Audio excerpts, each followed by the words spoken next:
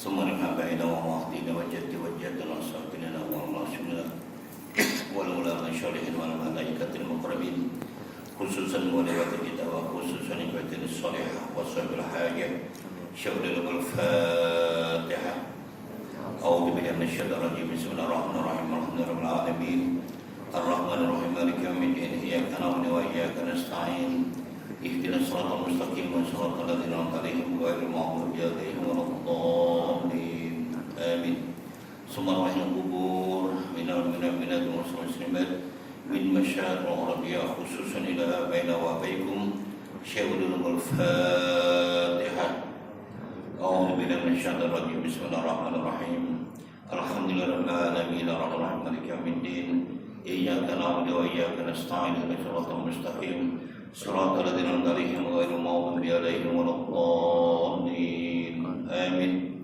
Wabil khusus pada istri-istri kita, suami-suami kita, putra-putri kita, cucu kita, saudari kita, jamaah kita, muslimin, muslimat, mukminin di mana saja mereka berada. Semoga yang punya hajat di Allah Ta'ala, yang punya masalah diselesaikan Allah Ta'ala, yang sedang sakit diberikan kesabaran, ketabahan, kesembuhan Allah Ta'ala, yang telepon kembali ke rahmatullah di Allah Ta'ala, dan semoga kita dijadikan keluarga yang sakinah, mawaddah, warahmah, putra-putri, cucu-cucu yang berguna bagi agama, nusa, bangsa dan negara, dan semoga Allah memberikan kesabaran, ketabahan, keikhlasan kepada saudara kita yang telah kena musibah banjir, dan mereka diberi ganti lebih baik oleh Allah Ta'ala. Syekhul Al-Fatihah. A'udzu billahi minasyaitonir rajim. Bismillahirrahmanirrahim. Ar-Rahmanir-Rahim. Maliki yaumiddin. Iyyaka na'budu wa iyyaka nasta'in. Ihdinas siratal mustaqim. Shiratal ladzina an'amta 'alaihim ghairil maghdubi 'alaihim waladdallin. Amin. Bismillahirrahmanirrahim. Rabbana shrah lana sadrana wa yassir lana umurana wahlul 'uqdatam min lisani radina billahi rabbil islam dina wa bi Muhammadin nabiyyan wa rasulan wa kullu imama wa bil mu'minina wal mu'minati ikhwana wa bil qamati ibada. Allahumma akrimna min kamal fahmi wa akhrijna min dhulumatil wahmi warzuqna fahman nabiyyin wa hifdzal mursalin wa ilhamal malaikatil muqarrabin ilahana ta maqsuduna wa ta matlubuna atina mahabbatan wa ma'rifatan. Allahumma aftah alaina hikmataka wa anshur alaina min wajhi rahmatika ya arhamar rahimin. Wa sallallahu ala sayyidina Muhammadin rasulillah. Bismillah, alhamdulillah, syukurillah, wa sallallahu rasulillah wa ala washabihi wa mawalah la ala wa la quwwata illa billah ma ba'du. Al-mukarramun para ustaz dan guru dan imam yang berbahagia dan memuji surah dan suratan puasanya, muslimin, muslimat, tuan dan puan yang dimuliakan Allah Ta'ala. Alhamdulillah tadi berbahagia ini ya. Hadis 40 ilmu dan ulama. Kita berada di tanggal kedua dari 2002. Kita bersyukur dipilih oleh Allah Ta'ala untuk menjadi hamba yang istiqomah dan diberi kesempatan untuk menambahkan investment kita melalui majelis taklim. Dan ini satu permulaan yang baik, yang langkah yang bagus. Dan tuan-tuan, Dato', Tatin dan sekalian sudah mengadakan koreksi terhadap pencapaian kita di tanggal 31 yang lepas. Tentunya sekarang tinggal mengevakuasi apa yang kita cita-citakan dan apa yang harus kita lakukan satu perubahan. Karena kita selalu diberi motivasi oleh Rasulullah SAW bahwa orang yang untung adalah orang yang lebih baik hari ini lebih baik daripada semalam. Orang yang rugi kalau hari ini sama saja dengan hari semalam.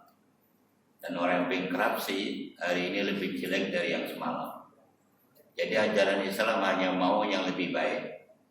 Move on tiap-tiap saat terus lebih baik. Lebih baik itu kehendak daripada Allah dan Rasulnya. Jadi alhamdulillah kalau kita bisa melaksanakan walaupun perubahan itu tidak terlalu drastis, pelan tapi pasti, itu suasana yang penting. Ya setidak-tidaknya yang sering saya selalu ingatkan pada diri saya dan saudara sekalian, ukuran ada standar sajalah. Katakan sholat kita jamaah kita mulaikan dulu. Bagaimana? Dari subuh sampai isya. Ini baru masuk hari tanggal kedua atau 2 hari masuk 2022. Bagaimana posisi kita? Subuh sampai isya. Kalau baru 2 hari saja sudah kita tidak ada perubahan, tidak kekal, bermana kita ini orang yang tidak serius, orang yang tidak mempunyai agenda atau tidak mau berubah. Padahal sudah jelas Allah sendiri sudah memberikan satu firman-Nya dengan jelas bahwa innallaha la yughayyiru ma biqaumin hatta yughayyiru ma bi anfusihim. Allah tidak akan merubah nasib kaum kalau kaum tidak berubah diri sendiri. So maknanya kalau kita kecilkan ayat ini, kalau kita mau berubah ya kita harus ubah diri dulu. Resi jamaah baru 2 hari saja, subuh sudah tidak pergi surau, tidak pergi masjid. Duhur tidak jamaah. Terus bagaimana? Tapi mintanya masih kekal. Minta masuk surga, kain bidadari dan sebagainya. Apa gak lucu orang-orang semacam ini? Takkan sudah zaman begini, zaman yang Allah sudah memberikan bala di mana-mana berada, dengan pandeminya, dengan banjirnya, dengan gunung meletupnya, dengan gempa buminya. Ini sebetulnya peringatan. Dan tadi message dari Pak Imam tadi, nikmat mana yang kamu dah dustakan apa? Fabiyayyalah, diulang-ulang. Coba bayangkan, apalagi kenikmatan yang mesti akan dustakan lagi. Subhanallah, luar biasa Tuhan sekalian, kenikmatan Allah berikan pada kita tanpa ada Allah minta balasan apapun. Ya kita jamaah. Kalau jadi salat sunahnya standar juga ya, selesaikan salat sunnah setidak-tidaknya Tuhan, dan jenis 9 jenis salat sunnah itu kalau kita tingkatkan lah, kita tingkatkan. Sama syukur wudunya. Kalau biasanya Tuhan kan syukur wudu itu hanya waktu akan sholat. Kalau kita wudhu saja, terus sholat syukur wudhu sekali. Ini meningkat. Ada satu perubahan. Kita rasa sendirilah. Dan rasanya itu ada satu graf yang kita bikin. Nah, katanya ya Allah, alhamdulillah saatnya merasa berubah. Kalau belum, soal question mark pada diri sendiri. Kalau tidak ada mampu, rujuk pada tuan imam kita, ustadz kita, ustadzah kita, atau guru kita, dialog. Apa sebabnya? Ada skru mana yang belum betul? Kan ini namanya satu perubahan. Itu masalahnya. Kemudian sholat sunat tahiyatul masjidnya, tuan-tuan masuk saja ini daerah pagar ke sholat nawaitul itikaf fi hadzal masjid. Nah ini sudah diulang-ulang kita ingatkan. Ini itikaf dulu, niat nawaitul itikaf hadzal masjid. Sambil berjalan zikir, Allahumma innaka afuwwun karim, ke astaghfirullahaladzim, ke la ilaha, terserah. Tapi niat sudah dapat poin. Nah, masuk masjid, alhamdulillah masih ada masa tahiyatul masjid. Kalau sudah tidak ada masa, diganti dengan membaca tasbih 4 kali. Kan enak Tuhan sekalian. Tapi itu ada. Getaran itu ada. Segala handphone semakin canggih karena sekarang kita sentuh aja getaran ada. Goyang sudah bergetar ada. Sama ada dengan password atau dengan sentuhan jari. Yang jari mesti direkam dulu. Jari orang lain tak boleh. Itu sudah canggih Tuhan sekalian. So getaran jiwa itu bagaimana? Getaran kita itu harus begitu dong. Handset selalu modern Tuhan sekalian. Handphone tuan-tuan aku gak bisa buka tuan sekalian karena jari saya belum terdaftar di handphone tuan-tuan sekalian. Atau sebaliknya, jari tuan tidak akan bisa menyentuh handphone saya karena tidak terdaftar jarinya. Kan begitu kan? Itu teknologi yang canggih. Kita juga begitu dong tuan-tuan. Kalau tatkala kita, Masya Allah jiwa saya ini bagaimana? Gitu. Dalam sholat sunnah. Terus baca Qur'annya bagaimana? Sudah sering kita sebutkan kalau boleh 100 ayat, jangan kurang. Karena Sayyidina Umar begitu tegas sekali. Kalau 1 hari 1 malam tidak membaca 100 ayat, dia akan biadab kepada Allah. Ini kita ya harus takutlah. Masya Allah. Seorang yang asalnya musuh Rasulullah SAW, orang yang arogan, orang luar biasa. Tapi bila mendapat hidayah, Masya Allah. Ucapannya, tindakannya semua demi membangkitkan Islam. Kali itu yang diharapkan dari Rasulullah SAW dengan kemasukan Islam Sayyidina Umar dan Sayyidina Hamzah. Akhirnya Islam berkembang. Tapi jelas sekalian. Dan beliau memberikan itu mesti 100 ayat. 100 ayat itu tekniknya senang saja secara cash atau instrumen, insurance maksudnya. Insurance bolehlah dilakukan. Tapi yang jelas 100 ayat dinaikkan. Begitu sodakonya, zikirnya, sholawatnya, pengajiannya dan sebagainya, dan puasa sunnahnya. Kita mesti harus standar. Oke. Sekarang kalau tahun 2001 puasa Isnin Kamis itu agaknya tidak disiplin, ayo bismillah. Kita niat saja dapat ganjaran Tuhan sekalian. Untuk tahun 2002 saya nak disiplin lah. Kalau biasanya dulu Kamis hanya dapat 1, Isnin dapat 1, setidak-tidaknya tahun ini dinaikkan. Kamis dapat 2, Isnin dapat 2. Ya mulbid dapat 2 pun tak apa, naik. Tapi mesti ada perubahan. Barulah itu yang akan mendapatkan kenikmatan dari Allah Subhanahu wa taala. Kalau tidak ada perubahan, bermakna kita sudah menentang. Artinya secara tidak langsung kita sudah tidak mengikuti ajaran Rasul. Nabi kan mengajarkan orang yang beriman itu mesti harus lebih baik. Hari esok mesti lebih baik. Itu baru diantarkan untung. Kalau sama saja rugi itu ada sekalian. Perniagaan kita rugi dan kita tuh niaga dengan Allah Taala. Itu jelas. Allah sudah menyebutkan akhir At-Taubat itu, Inna Allah ashtara minal mu'minina anfusahum wa amwalahum bi anna lahumul jannah. Allah membeli, tuan-tuan. Jadi kita penjual, pembelinya mutlak dan mesti beli. Kalau kita jual beli dengan manusia belum tentu. Tuhan betulkanlah apa itu quality dagangan kita. Belum tentu orang akan beli. Tapi kalau Tuhan jual kepada Allah, mesti Allah beli. Dan pembelian Allah itu luar biasa, dilipat gandakan. Dan Allah hanya nak beli 2 perkara saja yang mudah sekali, yaitu jiwa raga dan harta benda. Ayo jual kepada Allah Ta'ala. Itu aja dan sekalian. Jadi ingatan saya di tahun baru ini jangan sampai kita terlepas lagi. Baru 2 hari. Oke dan sekalian, itu alhamdulillah tahniah pada Dato' dan tuan sekalian selalu ada satu perubahan. Setidaknya dirinya tahulah. Lalu saya ini sudah mulai berubah. Wallahualam. Oke. Mari teman-teman kita buka kitab kita 40 hadis kelebihan ilmu dan ulama. Oke.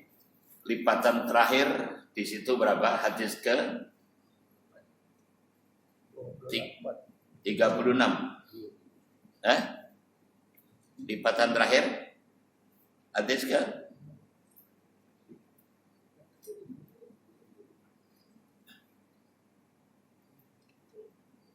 ada nggak? Ada lipatan?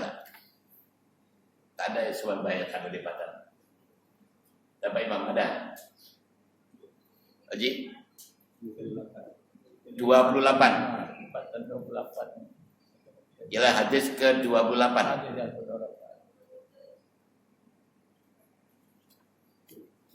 Baik. Hadis ke-28. Mengambil berkah dari Rasulullah dan para ulama. Ya, betul. Jadi tolong nanti setiap berakhir tuan-tuan lipatan kecil aja biar senang. An Mahmud bin Rabi'ah radhiyallahu anhu aqaltu min Rasulillah sallallahu alaihi wasallam majjaha fi wajhi min dalwin min bi'ri kanat fi darina wa ana ibnu 5 sinin akhrajahu Syaikhan. Artinya lebih kurang daripada Mahmud bin Rabi' radhiyallahu anhu berkata, saya masih ingat ketika Rasulullah sallallahu alaihi wasallam menyembur atau mengembuskan air ke muka saya dan dari sebuah timba daripada air telaga yang ada di kawasan rumah kami. Dan saya ketika itu baru berumur 5 tahun. Hadis riwayat Imam Bukhari dan Muslim. Nah, ini salah satu dasar ru'yah. Sahabat-sahabat kita sudah yang ru'yah. Inilah sekarang. Nabi menyemburkan, ya, setelah diminum sedikit atau dikumur-kumur, disemburkan dengan doa. Jadi ini adalah hadis sahih. Jadi seandainya para ustadz, para guru atau para alim ulama tuan-tuan bawa saudaranya yang sakit kemudian ditembuskan, itu ada dasarnya, ada hadisnya. Jangan mengatakan oh ini bid'ah, enggak ada. Jelasin hadisnya sahih. Dia Imam Bukhari dan Muslim. Kita baca keterangannya. Hadis ini menunjukkan bahwa Rasulullah SAW pernah mengembuskan air ke muka salah seorang sahabatnya. Yang berarti sahabat itu mengambil berkah dan dari semburan Rasulullah SAW tadi. Ya memang banyak hadis yang diriwayatkan yang membicarakan bahwa para sahabat telah mengambil berkah dari sesuatu yang ada kaitannya dengan Rasulullah Sallallahu Alaihi Wasallam. Mereka mengambil berkah dari sisa makanan Rasulullah Sallallahu Alaihi Wasallam. Jadi sahabat-sahabat Tuhan ya, kalau Nabi selesai makan atau minum berebut sisa makanan tadi berebut, nah ini yang ambil berkah. Tidak salah. Kalau Nabi sudah tidak ada, kan benar saja para ulama. Tapi sekarang apa ada orang macam itu? Yang nggak ada, takut nanti ini itu dan sebagainya. Ada tuh menyalahi, nggak apa-apa. Kalau Nabi sudah berbuat begitu, dan ulama mewaris, bismillah beri saja lah. Wah ini jijik lah, kotor lah, nanti inilah itu. Kan ini orang modern. Orang-orang modern yang pikirannya hebat, luar biasa, takut ini kayak gitu. Nggak ada. Kalau hadis sudah menyebutkan begitu, insya Allah. Mestinya begitu sikap yang harus ada dan turun-menurun sampai sekarang. Nah, baik. Kita teruskan. Seperti diriwayatkan daripada Sayyidina Abu Ayyub Al-Ansari. Mereka juga mengambil berkah daripada rambut Rasulullah Sallallahu Alaihi Wasallam. Seperti dilakukan oleh para sahabat dalam peperangan Hudaybiyah. Mereka juga memohon supaya Rasulullah SAW meludah tempat yang sakit, seperti yang dilakukan oleh Sayyidina Ali. Berkata beliau sakit mata dalam peperangan Khaybar, jadi minta diobati oleh Rasulullah, sembuh saja, alhamdulillah sembuh. Dan bagaimana Ummu Sulaim mengumpulkan peluh Rasulullah SAW yang sedang tidur, guna dicampurkan dengan minyak wanginya yang telah ada supaya bertambah wangi lagi. Dan juga tidak ketinggalan panglima perang di zaman Nabi dan di zaman sahabat yang bernama Khalid Al-Walid, bagaimana yang menyimpan rambut Rasulullah SAW di dalam kopiahnya.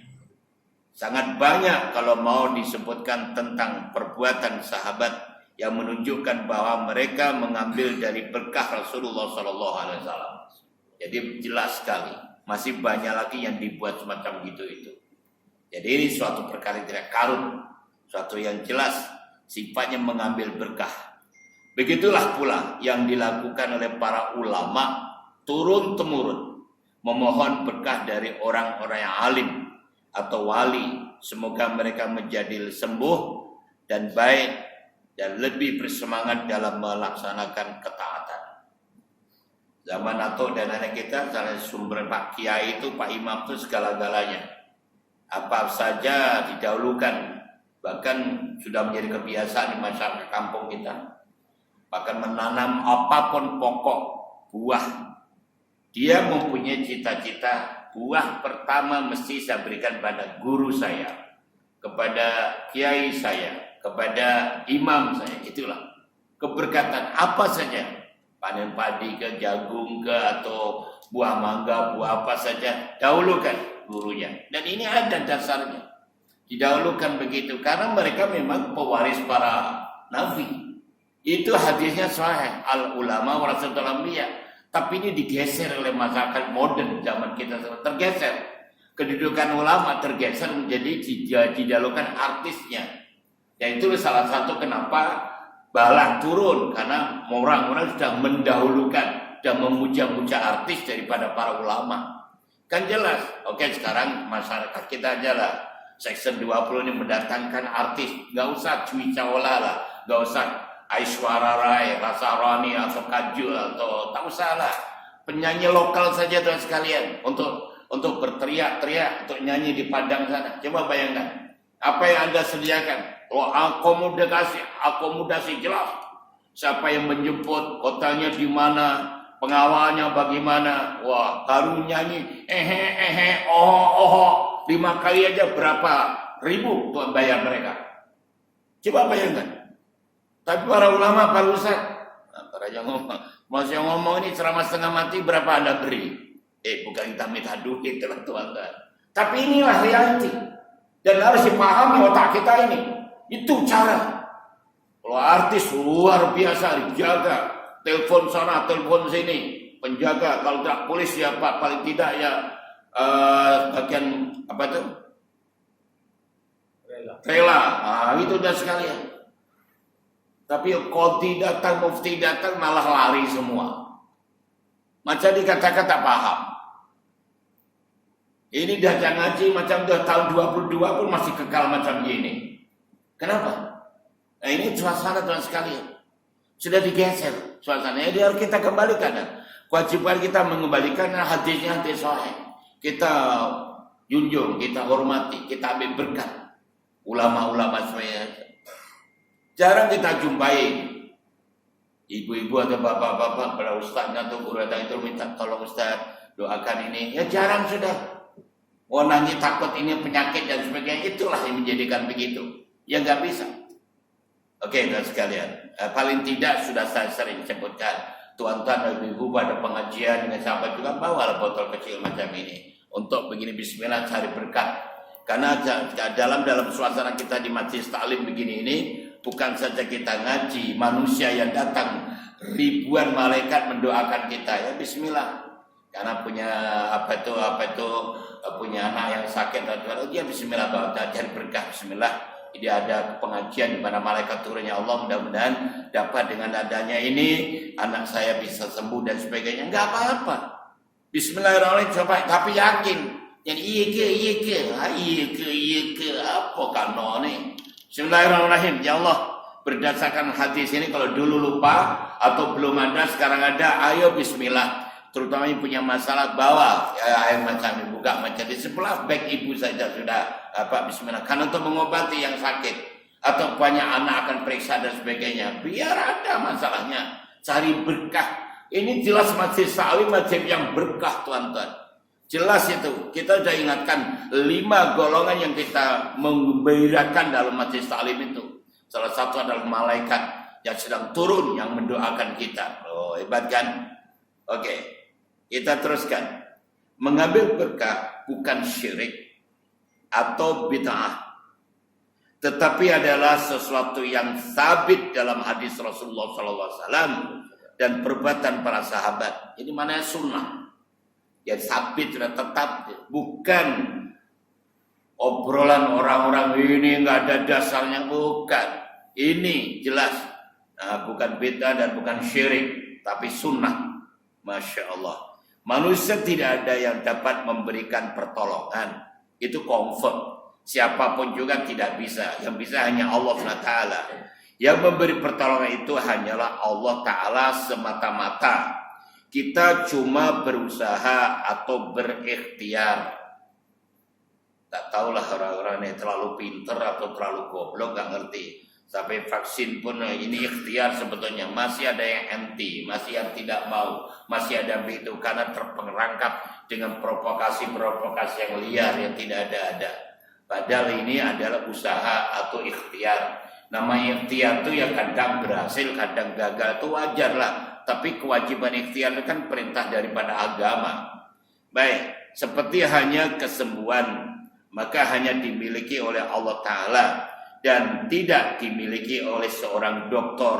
Nah, ini jelas gamblang encetowilo-wilo. Jadi yang menyembuhkan itu bukan dokter, bukan kiai, bukan ustadz, bukan. Karena antara dokter dengan ulama atau kiai itu seimbang.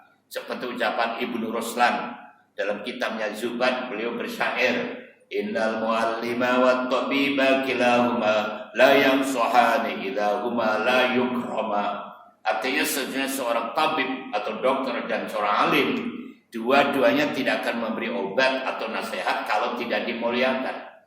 Mesti dimuliakan, mesti dimintai. Kadang-kadang Tuhan sekalian, obat itu sikit aja, hanya disembur saja. Tapi kemauan kita datang minta obat pada tok guru, pada tok kiai, pada ustaz. Kemauan berjalan itulah yang dinilai oleh Allah Subhanahu wa taala. Oh, orang itu berikhtiar. Orang itu sungguh bukan sebelumnya sudah blok dulu. Alah mana ada, mana boleh. Ya enggak bisa lah. Itu bukan ikhtiar, itu sudah mendahului takdir. Ya bismillah toh. Siapa tahu kadang obat yang macam-macam model tidak bisa. Itu tahu oleh Pak Kiai kasih mudat saja, oleh minum saja, sembuh, loh kan? Itu urusan Allah. Karena dokter itu bukan mengobati, kiai bukan mengobati. Yang punya pengobatan adalah Allah. Nah, ini hanya ikhtiar. Jadi kalau macam ini kita bisa cerna, kita beraplikasi dalam pemikiran kita relax hidup nih. Namanya ikhtiar, ya ikhtiar. Jadi ini kerjanya, usahanya itu yang dinilai. Jadi Tuhan sekalian, begitulah ya. Yang menarik, dokter hanya merawat dan yang menyembuhkan ialah Allah semata-mata. Kita hanya bertanam dan yang menumbuhkan itu juga Allah Ta'ala. Ya, mesti dibedakan antara dua perkara ini. Nah, itulah dia ya. Jadi menanam dan mengobati semua itu bentuknya ikhtiar. Kata putus ada di tangan Allah Subhanahu wa Ta'ala. Jangan mesti dengan menanam ini mesti berbuah. Nah, itu keterlanjuran. Memang pun kalau menanam mesti berbuah, tapi jangan terus mengatakan dengan ini jadi ini, tetap payah. Itu bukan urusan kita, bukan wawasan kita, bukan di ibadah itu kuasa dukungan kemampuan kita, itu semua di sisi Allah SWT. Jadi itulah sekarang yang kita tahu sekarang bahwa tidak ada masalahnya, tidak ada salahnya. Kalau dokter jasmani itu dokter kita ke hospital, dokter rohani ya para ustadz, para guru, para kiai, para ulama dan sebagainya. Maka itulah ya. Dan dokter atau ulama ini didatangi, bukan dokter yang harus datang keliling-keliling bawa basikal.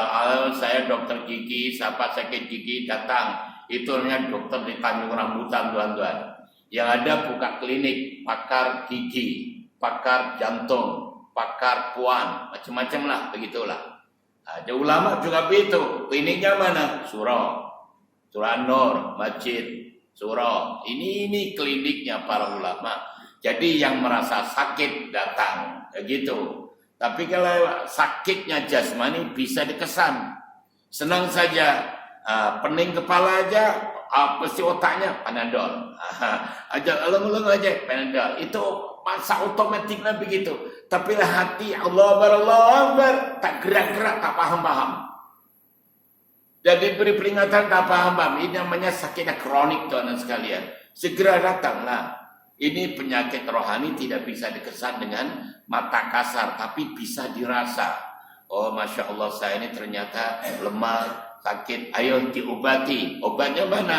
Ya di klinik, di hospital. Rohani mana? Surau, masjid, datang. Datang saja dapat obat, tuan sekalian. Tuh, kan begitu. Wallahualam. Baik, itu sekalian ya. Jadi sekarang jangan kita terperangkap dengan ucapan ini bid'ah, ini tak ada. Datang kepada ulama, minta berkah daripada ulama, itu sunnah. Karena ada dasarnya. Karena kenapa ulama? Ya soalnya Nabi sudah meninggal. Sahabat sudah tidak ada, kan teruskan ulama. Para ulama-ulama itu pewaris. Tapi ya itu tadilah. Ulama itu ada dua. Adalah ulama suh. Ada ulama keduniaan. Seperti kalau ulama suh itu kata Nabi Isa alaihissalam. Ulama suh itu seperti longkang. Seperti longkang itu bersimen tapi isinya tempat najis. Nah, itu kita hindari. Cirinya apa? Yang selalu berbicara tentang kebendaan. Kita ada hatamkan kitab Ayyuhal Walad. Di situ ada guru yang mursyid.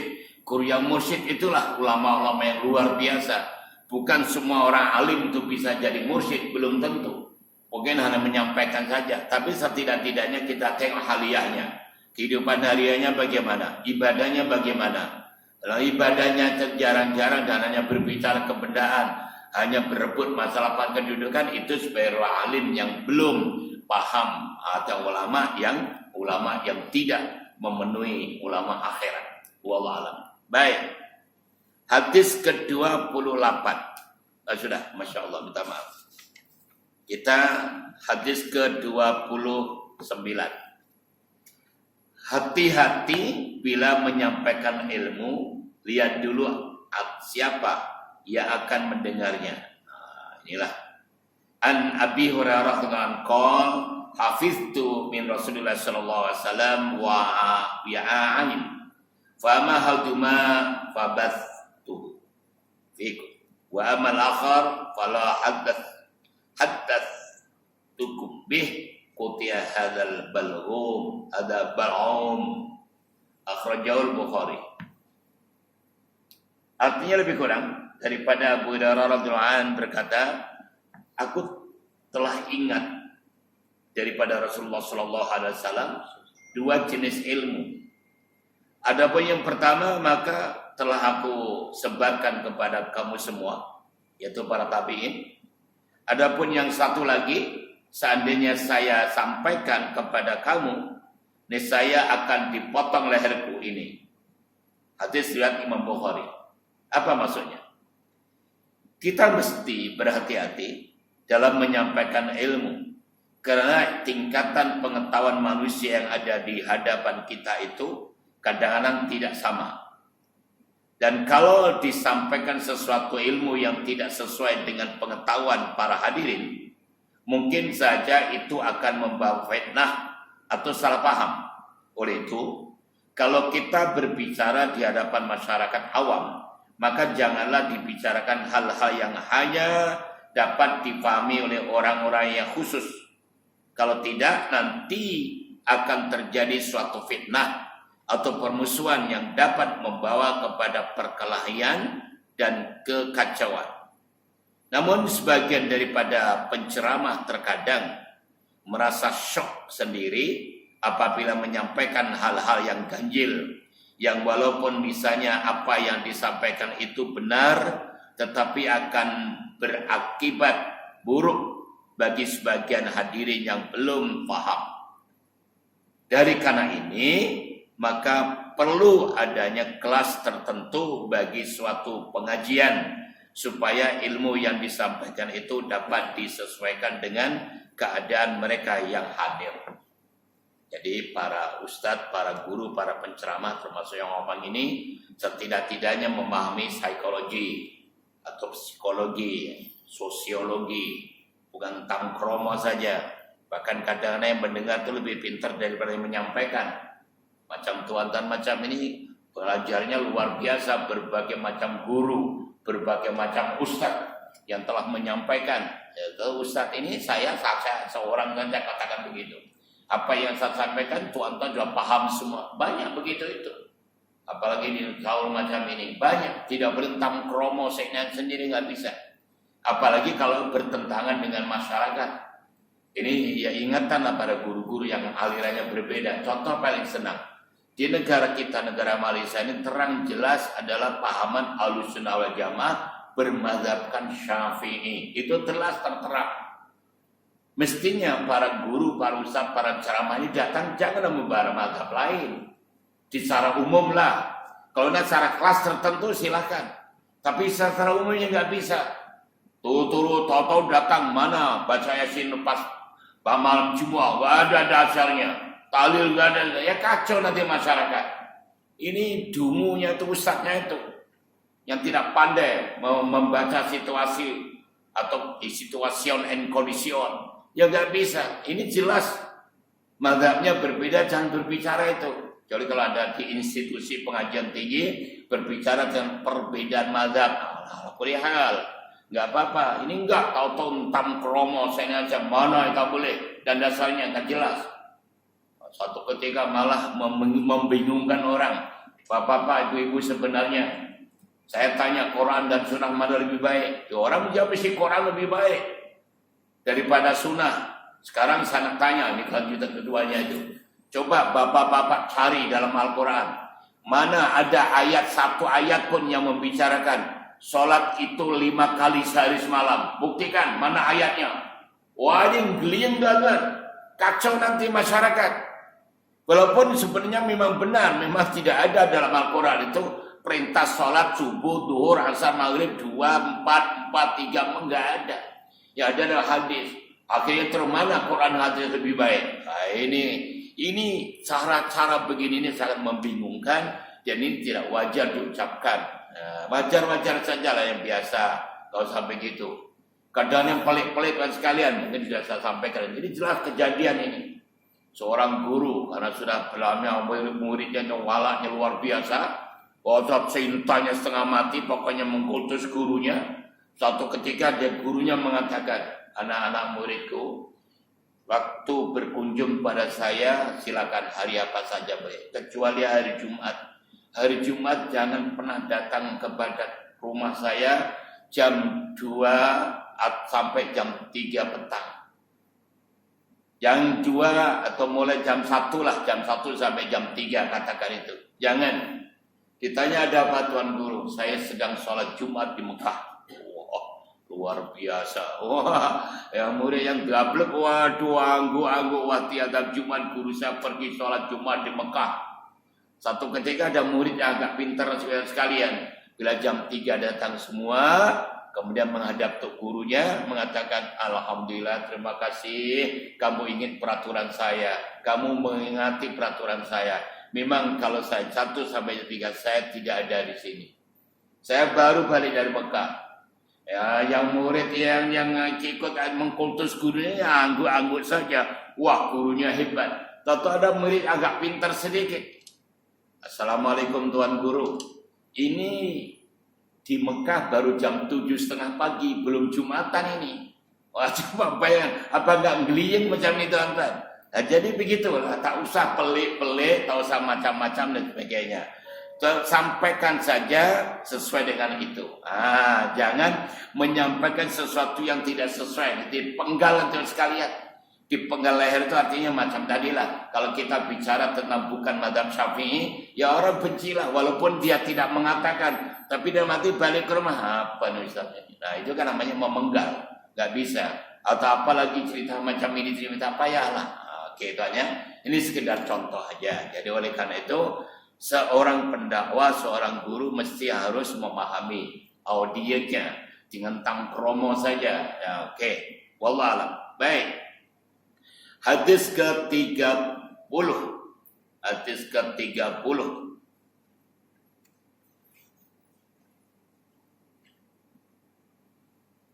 Yaitu tajuknya semua sabda Nabi SAW adalah benar. An Abdullah bin Amr bin As radhiyallahu anhu qala kuntu aktubu kulla syai'in sami'tu min Rasulillah sallallahu alaihi wasallam fa nahaitani Quraisy wa qalu taktubu kulla syai'in wa Rasulullah sallallahu alaihi wasallam bashar yatakalamu fi ridha wal ghadab wa amsaktu 'anil kitab hatta dzakartu dzalika li Rasulullah sallallahu alaihi wasallam fa'au ma'a bi usbu'aihi ila fi faqal uktub fawalladhi nafsi biyadih ma yakhruju minhu ila haqq akhrajahu Abu Dawud. Baik, artinya lebih kurang daripada Abdullah bin Amr bin As radhiyallahu anhu berkata adalah aku menulis segala sesuatu yang aku dengar daripada Rasulullah sallallahu alaihi wasallam.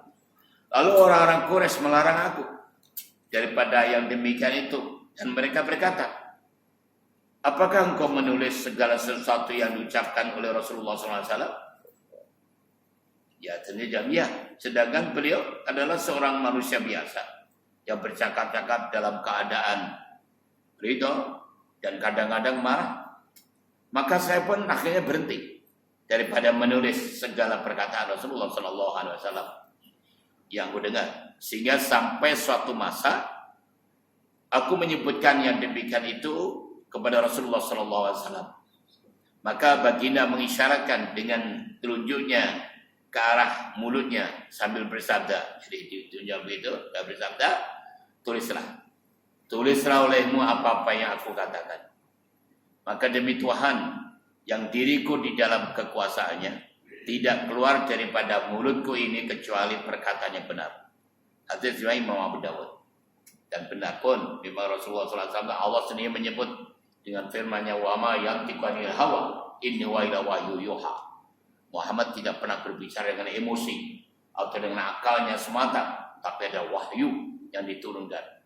Jadi apa yang disampaikan Nabi adalah langsung mendapat rekomendasi daripada Allah SWT. Sah dan terus menjadikan undang-undang. Maka disebut ada sunnah itu apa yang dikatakan, apa yang dibuat, dan apa yang ditetapkan oleh Rasulullah itu menjadi sunnah. Nah, itulah sekalian.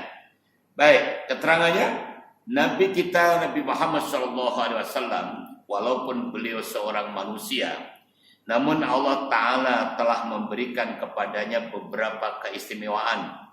Di antaranya ialah beliau adalah seorang yang maksum. Maksum berarti terpelihara daripada segala dosa, baik besar maupun kecil, perkataan atau perbuatan.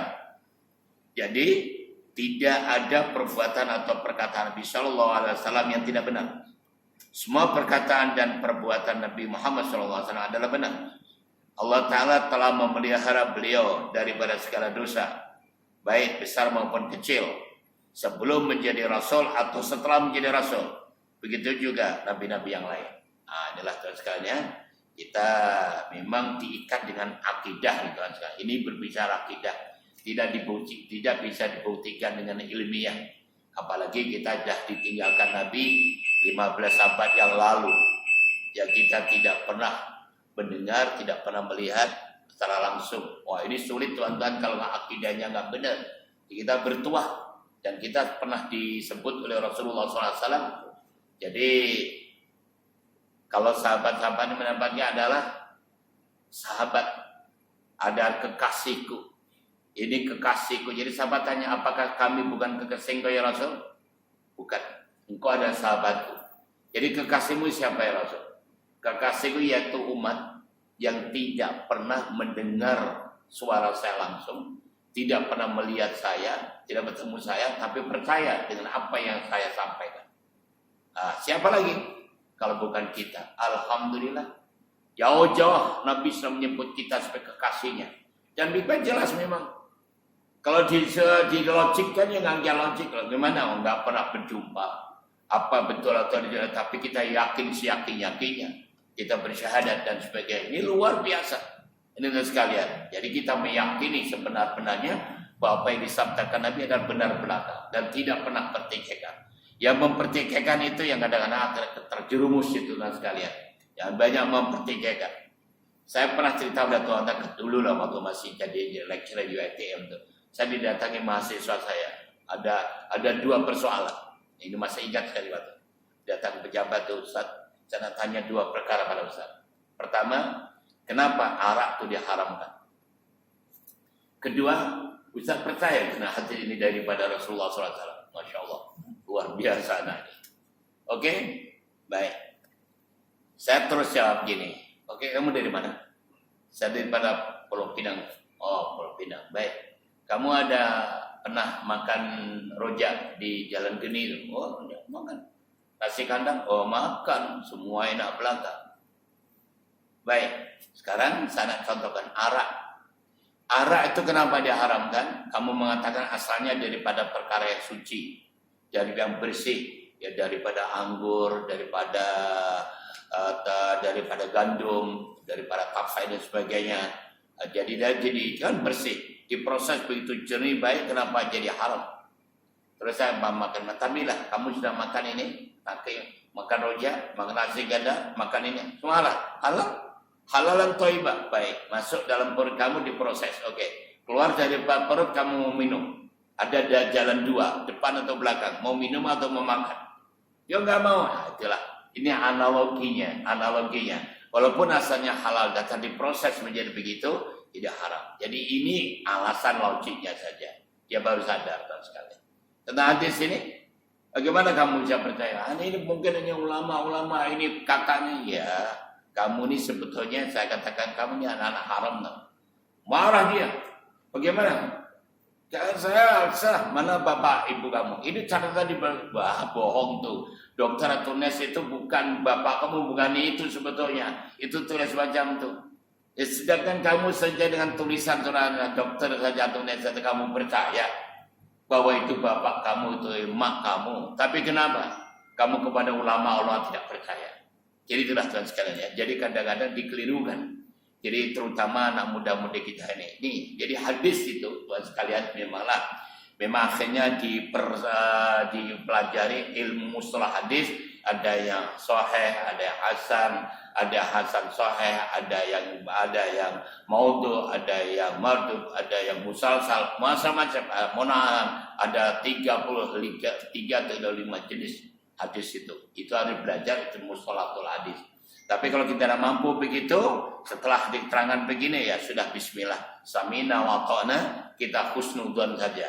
Kalau mampu mencari sendiri, silakan. Kalau tidak mampu, seperti ucapan Asy-Syaikh Hasan Al-Banna, kalau kita tidak mampu menjadi orang yang menjadi atau orang yang mencari hukum-hukum sendiri tidak ada kemampuan, ikutlah salah satu ulama besar yang muktabar, ikut saja sudah cukup. Nah, begitulah. Terus kalau kita analogikan, kita bagi umroh Tuhan sekalian untuk pergi haji, jangan berangkat sendiri walaupun kita tahu ilmunya ini tahu tuh, jangan. Elok ikut agensi lah. Senang saja, numpang saja sudah, insya Allah selamat dan sebagainya. Itu yang paling baik lah Tuhan sekalian ya.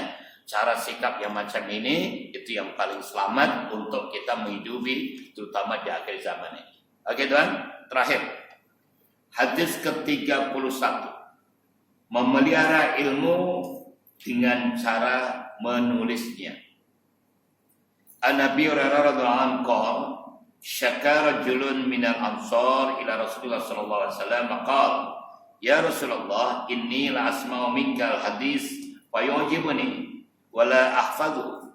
Faqala Rasulullah sallallahu alaihi wasallam ista'in bi yamin wa amal bi yadi ila al-khat.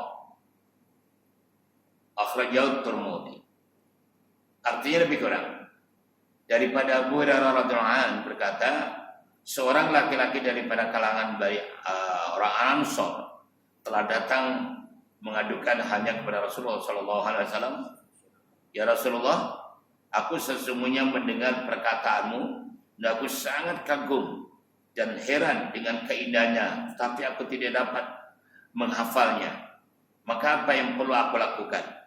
Maka sabda Nabi sallallahu alaihi wasallam, dalam kau menggunakan tangan kananmu sambil baginda mengisyaratkan supaya menulis apa yang didengar.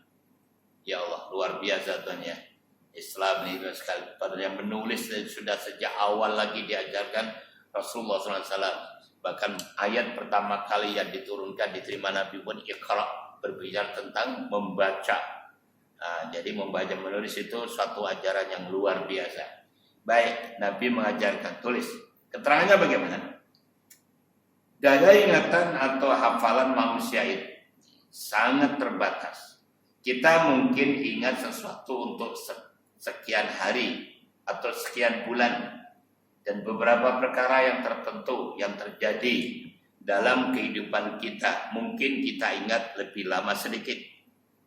Jarang ada orang yang kuat hafalannya hingga ia ingat semua peristiwa yang berlaku 20 tahun yang lalu dengan ingatan yang sangat baik. Kadang-kadang seorang sahabat yang duduk berdampingan dengan kita di dalam bus pun, yang baru saja dia memperkenalkan dirinya dan menyebut namanya di hadapan kita, tiba-tiba waktu kita mau berpisah dengan dia, kita sudah lupa namanya. Apakah lagi nomor telepon yang sampai 8 angka, maka susah sekali untuk kita mengingatinya. Kalau kita pergi ke pasar untuk membeli barang-barang keperluan, jangan coba-coba berlagak untuk mengingati segala sesuatu yang mau dibeli tanpa menulisnya. Seringkali bila sudah balik ke rumah, baru kita tepuk dahi, alamak, saya lupa pula. Begitulah yang namanya manusia, tempat kesalahan dan kesilapan. Masya Allah. Ya, itulah realitinya. Apalagi sudah lansia terlanjut usia, saya lupa aja. Maka hilaf ditulisnya. Baik. Nah, satu-satunya cara untuk kita dapat mengingati segala sesuatu ialah dengan menulisnya. Apatah lagi ilmu yang luasnya macam lautan yang tak bertepi. Rasanya hampir tidak ada orang yang dapat ingat segala-galanya dan terus berkekalan ia tidak lupa. Oleh karena itu, para ulama ahli hadis membahagikan ad-dabtu itu ingatan. Ingatan itu kepada dua bagian. Ada yang bernama dabtul sodri dan ada yang bernama dabtul kitab. Adapun dhabtus sodri artinya ingat di dalam dada atau hafal tanpa catatan, yaitu bagi orang-orang yang tertentu yang sangat kuat hafalannya. Adapun dhabtul kitabi itu artinya ingat dengan cara ditulis di dalam kitab, yaitu bagi orang yang kurang kuat hafalannya. Kedua-dua cara ini diterima sebagai syarat tahammul, yaitu mampu membawa atau memelihara ilmu hadis. Baik Tuhan sekalian, orang yang diberikan kenikmatan Allah Ta'ala dhabtus sodri, ya para penghafal Al-Quran, para hafidh, Masya Allah Tuhan sekalian, 30 juzuk dia dihafalkan, Masya Allah. Dan yang mereka ratusan ribu hadis. Subhanallah, ini namanya kelebihan, keistimewaan yang telah diberikan Allah kepada seorang tertentu, dhabtus sodri. Tapi ada juga betul kitabi yang ditulis lah, yang menulis dengan ada tulisan itu baru kita ingat kembali. Dua-duanya ya ada kebaikan. Ada kebaikan ya. Dhabtus sodri itu untuk pribadinya, kitabi itu adalah untuk orang lain. Orang lain kalau ada orang menulis kitab macam ini, alhamdulillah tinggalan para ulama-ulama, kita tinggal meneruskan saja. Kita jarang akan bisa menghafalkan begitu. Jadi dengan adanya buku kita merujuk kembali. Setelah kita ngaji macam ini pun kadang kita lupa. Tapi oleh ada kitabnya kita tengok kembali. Oh ya benar, di hadis ini perawinya begini. Terutama untuk menghafalkan rawi itu Tuhan sekalian, itu adalah terlalu berat sekali. Jadi oleh karena itu dua cara ini diterima dalam ilmu, dalam syariat Islam, baik dhabtus sodri atau dhabtul kitab. Itu boleh menjadi bahan untuk sebagai orang yang menghafalkan hadis Rasulullah SAW. Oleh karena itu, hendaklah kita yang lemah ingatan ini mencatat segala sesuatu yang hendak kita pelihara supaya ia tidak hilang dari ingatan kita. Dan sekarang tuh Masya Allah, zaman sudah modern Tuhan sekalian. Kita tak sempat tulis, ada buku yang disediakan. Ada rekaman yang boleh dilihat. Ada teknologi yang canggih Tuhan sekalian sekarang ini, Masya Allah.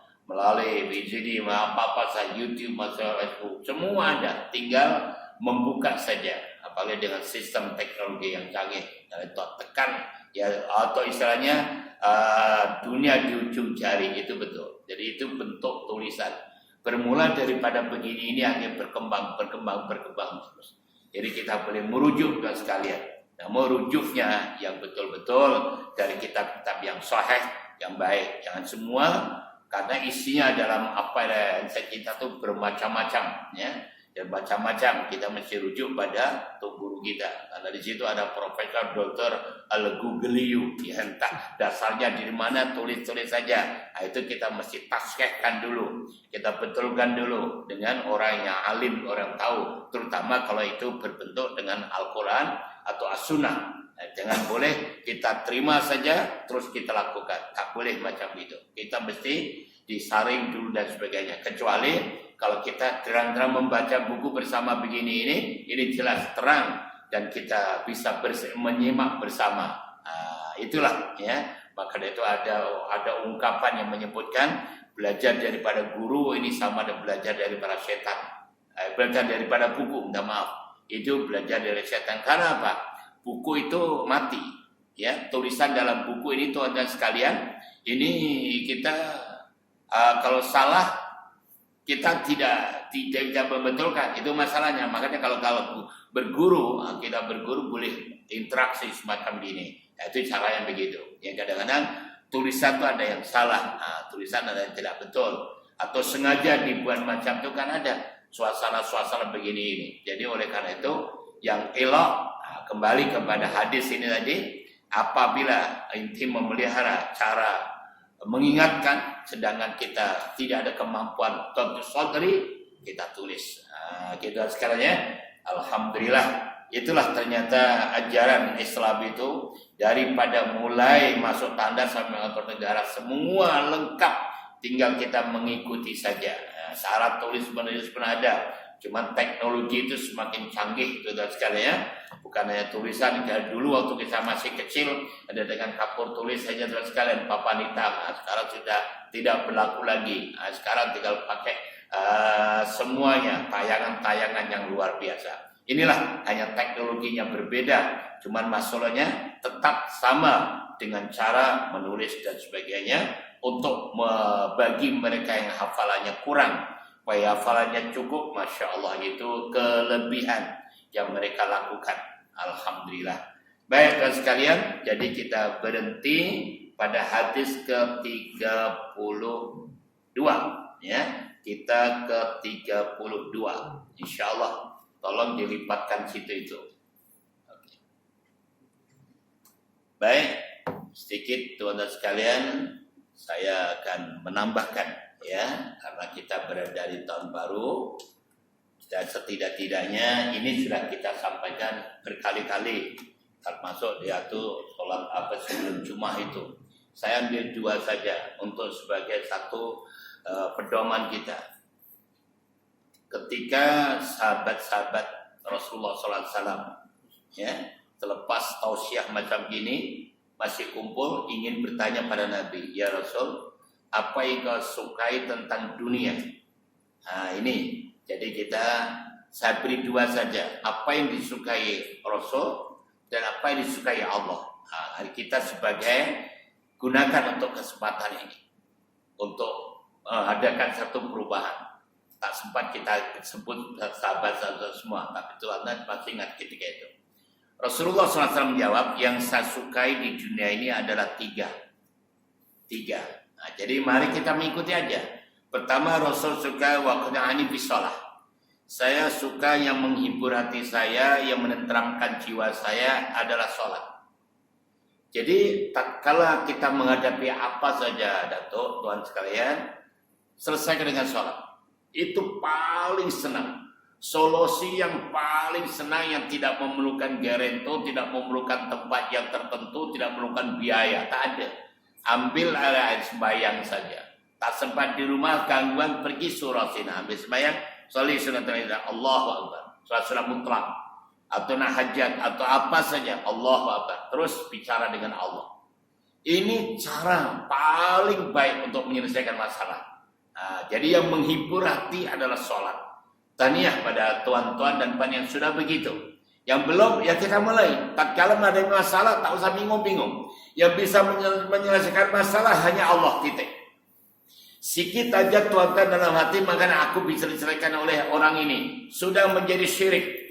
Allah tuh maha cemburu, tuan-tuan. Maha cemburu. Kalau kita cemburu, orang cemburu tuan-tuan ya. Orang cemburu, orang mengganggu istri kita, boleh bunuh tuan-tuan. Kita bunuh orang itu, kita tembak. Itu kalau cemburu. Dengan Allah maha cemburu. Susah sana pada diri saya, Bapak Ibu, jangan ada pikiran apapun hati yang selain Allah. Sekiranya Allah SWT, Allah first, dahulukan Allah. Nah, salah satunya insya. Oke. Kedua, Nabi menyebut yang saya sukai kedua adalah membela nasib wanita. Alhamdulillah Bu, ibu dihormati langsung oleh Rasulullah. Wah ibu wanita. Wanita yang melahirkan generasi. Yang melahirkan generasi adalah wanita. Oleh itu kalau ingin melihat rumah tangga bahagia atau tidak, tengok ibunya. Kalau ibunya solihah, insya Allah keluarganya bahagia. Kalau ibunya tolihah, insya Allah porak-poranda itu pasti. Hanya masa yang belum tentukan. Itu jelas. Maka dari itu dihormati wanita. Tuhan sekalian, wanita yang hebat, wanita yang solihah. Ciri wanita solihah hanya 3 saja. Pertama, bila dipandang suami menggembirakan. Kedua, bila diperintah suami taat. Bila suami tidak ada, boleh menjaga harga diri dan harta benda suami. Sudah, itu wanita. Baik. Yang ketiga, yaitu atib. Atib itu wangi-wangian, harum-haruman, penampilan elegan. Nabi itu elegan dan sekarang penampilannya luar biasa. Wangi simbol kepenampilan. Mana saja kalau tandas pun kalau wangi, harum, Masya Allah. Seronok tuan dan sekalian. Ya, kita juga begitu. Wangi bukan hanya pakai minyak wangi saja, penampilannya, ya ucapannya, tidak tanduknya, cara berpakaian, tunjukkan yang baik. Inilah Tuhan sekalian, Islam itu Nabi mengajarkan dasar itu. terakhir yaitu Allah. Kita ambil 2 saja. Allah suka juga 3. Nabi suka 3. Allah yang mencipta kita ini melalui malaikat Jibril atau dialog itu, Jibril sampaikan kesukaanku kepada hambaku. Masya Allah, luar biasa. Jadi Nabi tanya, apa kesukaan Allah ya Jibril? Allah suka kepada hambanya juga 3 perkara. Pertama, aku kata Allah suka pada hambaku badrul istita'ah, penyerahan ketaatan secara total kepada Allah. Baik, jasmani rohani serahkan sepenuhnya kepada Allah Subhanahu wa taala. Wa fawwidil amri ilallah, serahkan pada Allah. Jangan sampai dunia macam ini mengganggu konsentrasi kita. Kita mesti mata kaji, niat tensun mata kaji. Kalau sembarang ising beram. Mata konsentrasi hanya kepada Allah. Gerak-gerik kita ini biar hanya kepada Allah. Itu Allah suka. Jangan ada yang lain. Seolah lagi Allah itu maha cemburu Tuhan sekalian. Maha cemburu, bukan yang cemburu, maha cemburu. Baik. Yang kedua, Allah subhanahu wa ta'ala yang as-sabru indal faqah. Sabar ketika menerima musibah. Faqah itu musibah. Ya, ketika musibah yaitu akhir-akhir banyak ya, musibah berlaku pada siapapun juga. Dan musibah ini tuan-tuan jangan menyangka tidak ada kesungguhan daripada Allah. Musibah pun ada, Allah serius memberi musibah.